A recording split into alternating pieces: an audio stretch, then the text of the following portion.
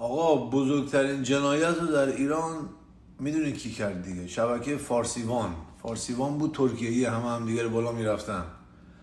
میگم آقا خواهر من اگر با شوهر رفیق، دوست پسر رفیق در ارتباطی یا برادر من، تو انقدر میتونی آقا جسارت نمیکنه، شما رو نمیگم، یک سریا با زن طرف صحبت میکنی، با دوست دختر طرف صحبت میکنی، بیناموسی رو که آدم داره انجام میده دیگه، بی‌معرفتی رو برای چی میکنی دیگه؟ برای چی مثلا خانم تو اگه با شوهر فلانی رفیقی داری خیانت به دوستت میکنی، برای چی به دختر بالا پایین میکنی؟ وای قربون تو من برم، چی کار میکنی؟ یا پسرم همین، داداشی بریم شمال بعد میری تو دستشویی به زن یارو تکس میدیم. برادر بی‌ناموسی بی‌معرفتی با هم یه چیزی گفتگویی در میاد.